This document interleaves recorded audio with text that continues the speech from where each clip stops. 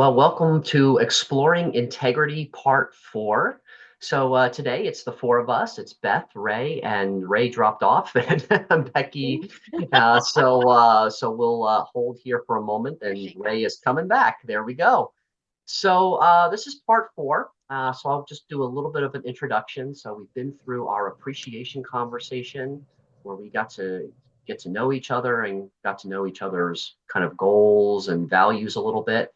Then we had our possibility conversation where we started to discuss, what we wanted out of life, what we wanted out of this initiative, what we wanted out of community. Then we went into the invitation conversation, which was about looking at the values, really talking about what do we need as individuals to feel engaged and to feel the flow, and what are our deal breakers. And today is the dissent conversation, which because we've already been through the values, we're going to have a couple of different invitations today, and we're going to discuss that through our values. So the dissent is really about energy awareness, being aware of the emotions. So the collaborative skill we're practicing is energy awareness, being aware of what are the values that are at play. And since I'm mentioning that, I'll put in a little footnote here that last time I forgot to mention the collaborative skill, which was committed speaking. So when we're talking about what is it that helps us to feel engaged and what is it that is our deal breakers, we're committing, we're having committed speaking, and what do we need to have present in order to be here. So this is the dissent conversation, and I relate this more with stewarding now. We're learning about what is important to us, what requires protection. And the act of receiving is about feeling. So we're going to really kind of go into the feeling portion of it, the feeling portion of it tonight. We did a quick check-in already. We'll go into content here. So what I wanted to ask everybody before we begin, I wanted to ask everybody about what is your perception of community? Because the one value that came up that was the one that was a little bit of a struggle for everybody within the group was this connection to community. So when I ask you about your perception of a community, what is the first community that you think of that you are a part of that you think of when you first think of community? So the first thing I think of is the Circle of Miracles community that I've been on the board of for the last 2 years. We're going through a lot of growing pains at the moment, and I'm hoping Michelle will watch this recording too, because she and I are kind of at the forefront of some of those growing pains. But when you think of community, what do you think of when you think of which community you belong to that you might be bringing into this conversation with you? I'll let whoever wants to jump in and popcorn in tell me about community.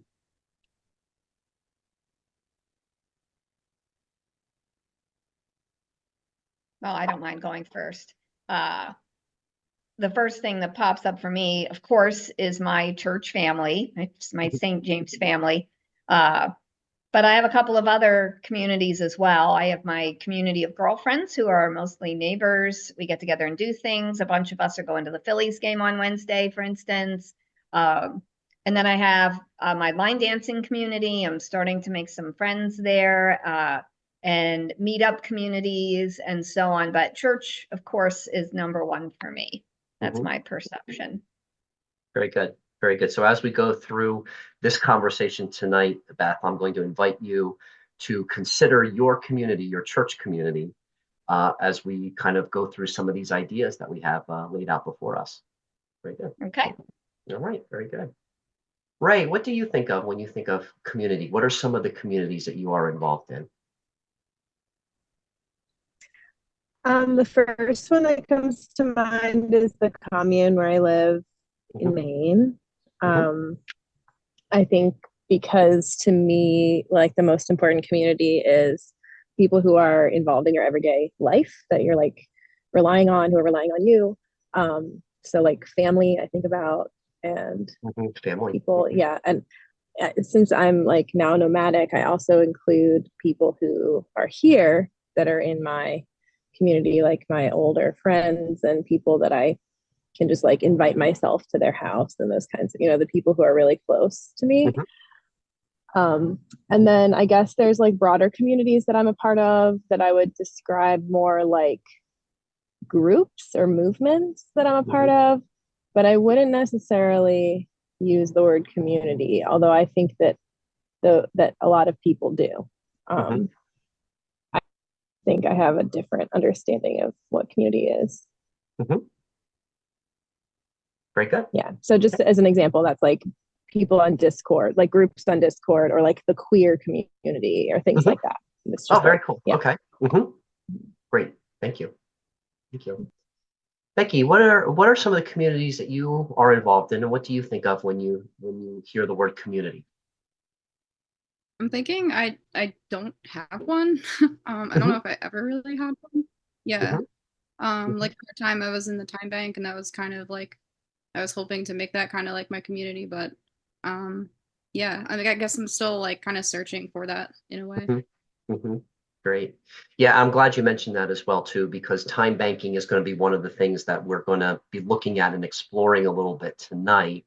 And yeah, you're right. I at one time I thought that that was going to be a community that I felt I could thrive in and be a part of.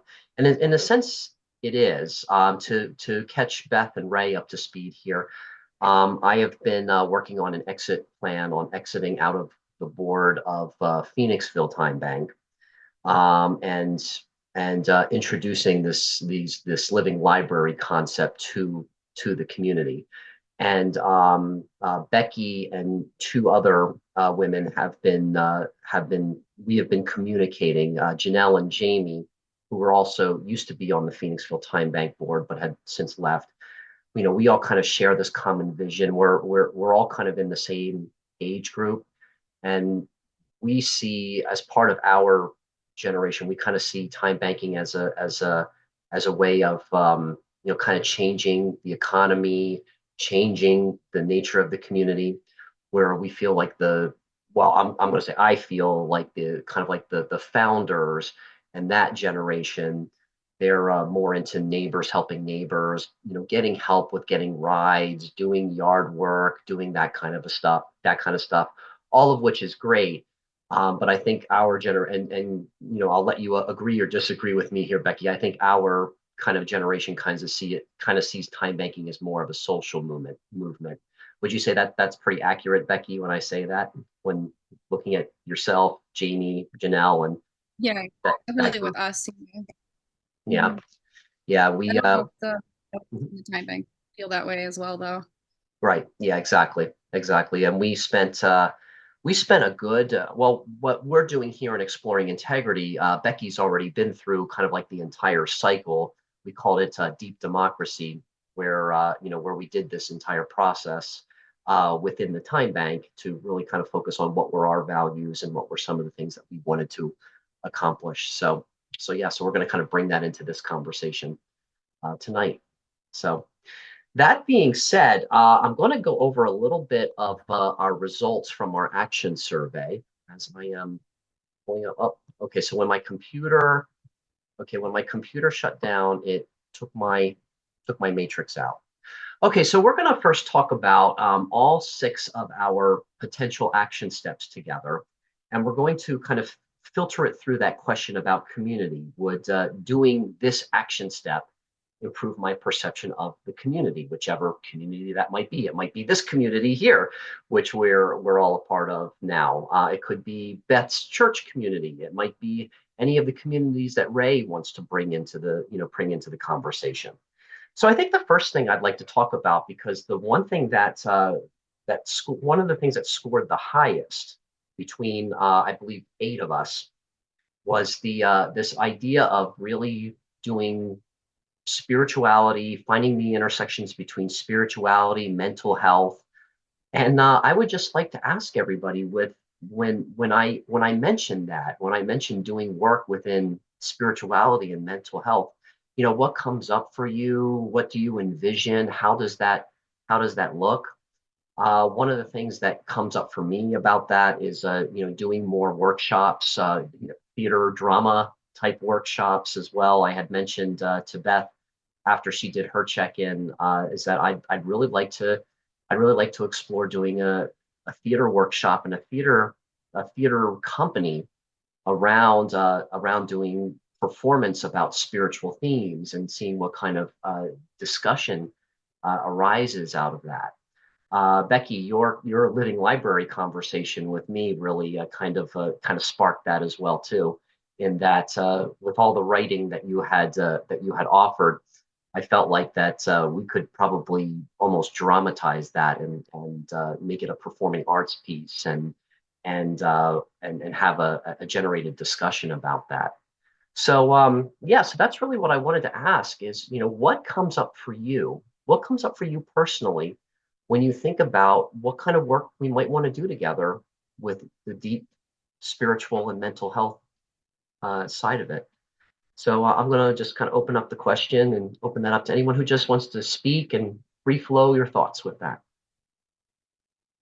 So, For me, it's kind of vague, mhm, like what I envision, but just kind of a general like trading of skills, like arts and mental health related services we could provide each other. mhm, yeah, It's mutuality. yeah, very cool. Kind of like so. What I'm seeing is what when you say that, what I'm envisioning is kind of like people working together, in an arts capacity or a theater capacity, and time banking those hours that they can also use for maybe spiritual counseling or maybe even mental health type of services. Okay. Yeah. What comes up for you, Beth or Ray, when I talk about how does that what do you envision? What comes up for you in your imagination when you think about doing the deeper spiritual work as well? Two things come to mind for me. The thing that has most helped my mental health is meditation. Hmm. Uh, Simply breathing deeply. Hey, here Hmm. comes Amy. And sorry, I'm in such shadow. I have lights on. You would never know it. Anyway, deep breathing and sitting still for several minutes a day. I do probably 20 minutes a day. Uh, and this has been going on for like, I don't know, 10 or 12 years, has been so, so beneficial. Now, of course, for me, it's a God thing, but it doesn't have to be. I mean, it's proven that deep breathing and meditation can help people's mental health. Hmm. So that's the first thing I would suggest. And the other thing that's kind of on my mind as far as that goes, and I don't quite know how we would do this, but I just went to an authentic connections workshop over Hmm. the weekend. I spent the whole day with a bunch of strangers attempting to connect with them. They had all kinds of different exercises that we tried. For instance, one we got into like groups of three, and we each explained to each other what our superpower was. Hmm. And that could be something we feel like we're really good at. Or she was even like, you could just pick a subject and just wing it. We don't care. So like just exercises like that to help us to talk and to listen to each other, to Hmm. empathize and to be able to mirror. And a lot of it was listening, which Hmm. is great for me. I'm a pastor. I need all the practice I can get. Yep. But yeah, but learning to listen to each other and to really connect and then use that in our own lives. Hmm. Uh, and also they also had a a lot of a sense of touching, Hmm. which was sort of unexpected, and that part was really emotional for me Mm. Oh personally. wow. Okay. Oh yeah, yeah. I need a cuddle buddy. Hmm. I've come to that conclusion. I need a cuddle buddy. Hmm. Anyway, um, it's a really neat process. And I find it, and they don't necessarily focus on spirituality per se, but I find it to be a very spiritual experience. So anyway, yeah, that was just something that came to mind. It certainly helps your mental health when you connect with people physically and just through talking and listening. Yeah, absolutely. Which is what the living library concept will be all about as well too. So that's great. No, excellent. Excellent. Welcome, Amy. Can you hear Hi us? Hey, guys. Amy. Good. Hey. Hi. We did our check-in and we're going to start to explore some of our action steps here next, Amy. But the question I posed to everybody was when you think of doing the deeper spiritual work or mental health work, what comes up for you? What comes up in your mind's eye? What comes up in your imagination on how, that might express itself or how we might work together with that? One of the things that came up for me was I'd like to launch a theater company again, where we do performances or we write performances, and it generates conversation. Beth was you caught what Beth was just saying was really about talking and listening, breathing, meditation, but just holding more space for that. So I really just wanted to get a perception check from everybody with what happens when you think about the intersection of the mental health and the spirituality. What comes up for you? How might that express itself? If we continue to work together after June. Well, I mean, for me at least, they go hand in hand. Hmm. Yeah. Um, so me working on my spirituality is me working on me. Hmm. So I'm trying to obviously you guys all know that I am creating my heaven on earth Hmm. here, which means that I'm holding space for unconditional love Hmm. and helping others, you know, put their ideas in reality in a firm way, in a healthy way, and holding space for unconditional love, Hmm. meaning it's okay if you make a mistake, we can learn from it and then move on Very good. and kind of place. So that's what that looks for me. I do daily exercises every day Hmm. in my practice to keep my mental health. My background, I was diagnosed with everything from chronic depression from like 12 until I was 32. I got fed up. That's when I decided to leave um, the the practice of mental health because it wasn't serving me. I would just keep on getting trauma. And I figured that there's certain, that's how I learned that everyone's unique, Hmm. that we can't put a box on everybody or, like everything. Hmm. And labels are not necessarily a good thing. Right. Hmm. Um, because it put me in a crutch. I mean, I used the crutch and I used it wisely, and I personally used it as a cop out of why I wasn't getting where I wanted to go. Hmm. And I had to take that hard pill and say, hey, the only consistent thing is you. So Yeah. you need to own your own stuff and get accountable and then take responsibility. And then, and that's what I do. I practice what I preach.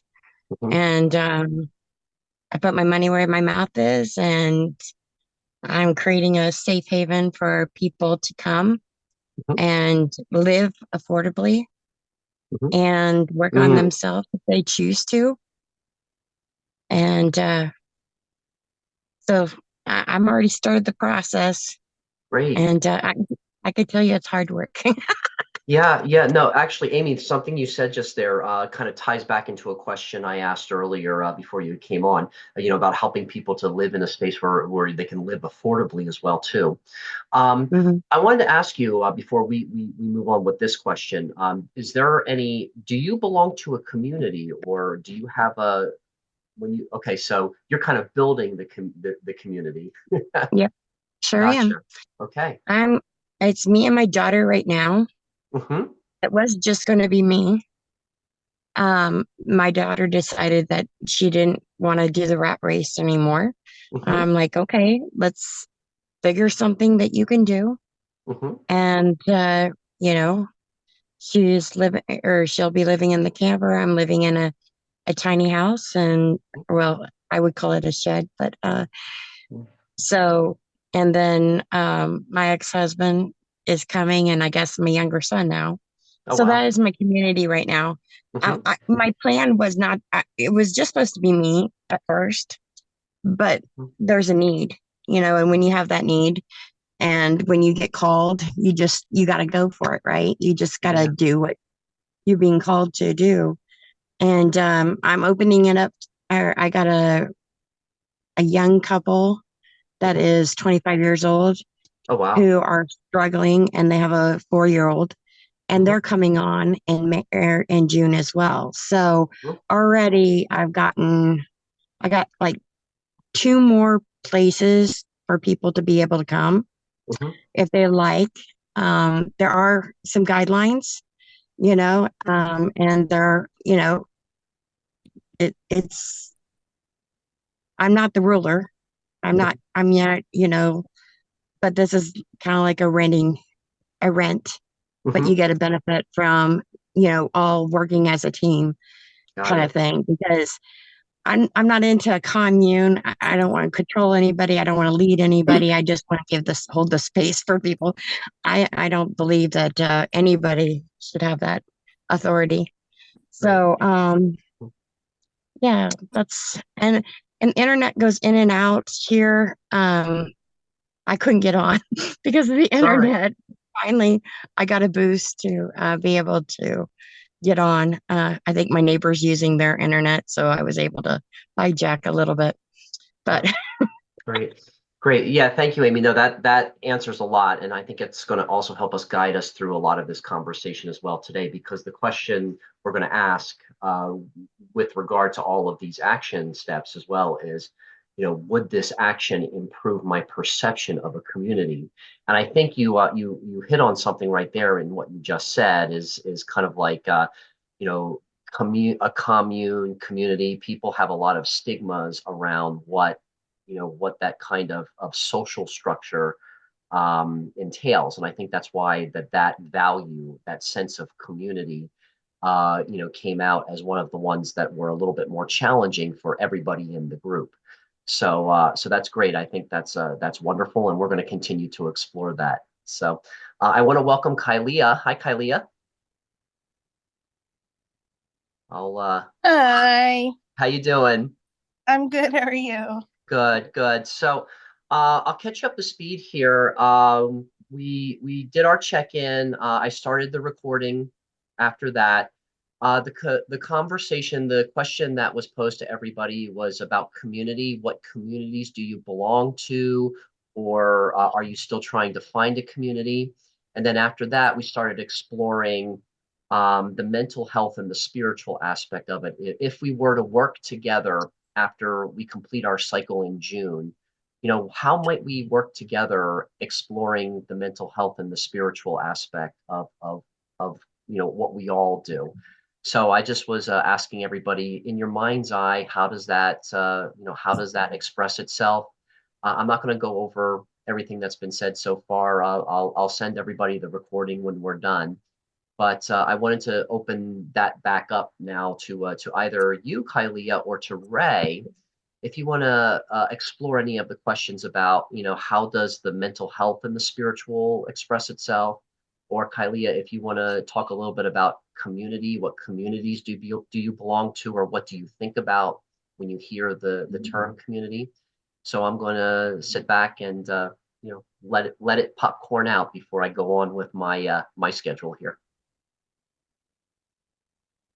You're giving me that look like I have to go first. Fine.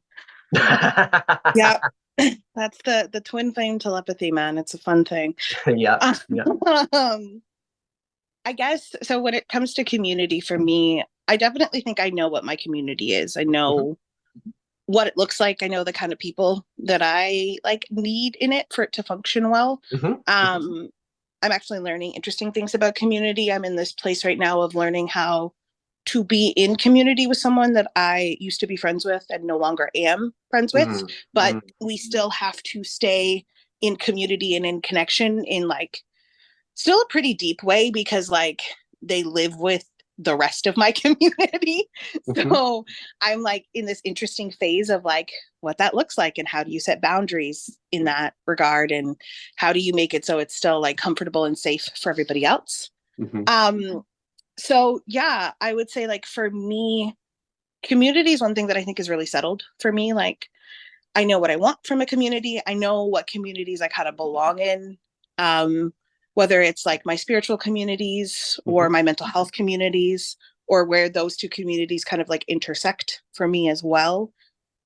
Um, and in terms, I guess, in the mental health, for me, my goal has always been, and I think this is what I'm doing now, is working with people for them to better their mental health Mhm. as well as their spiritual health and helping them understand how sometimes the spiritual affects the mental, just Yeah. like the mental can affect the spiritual.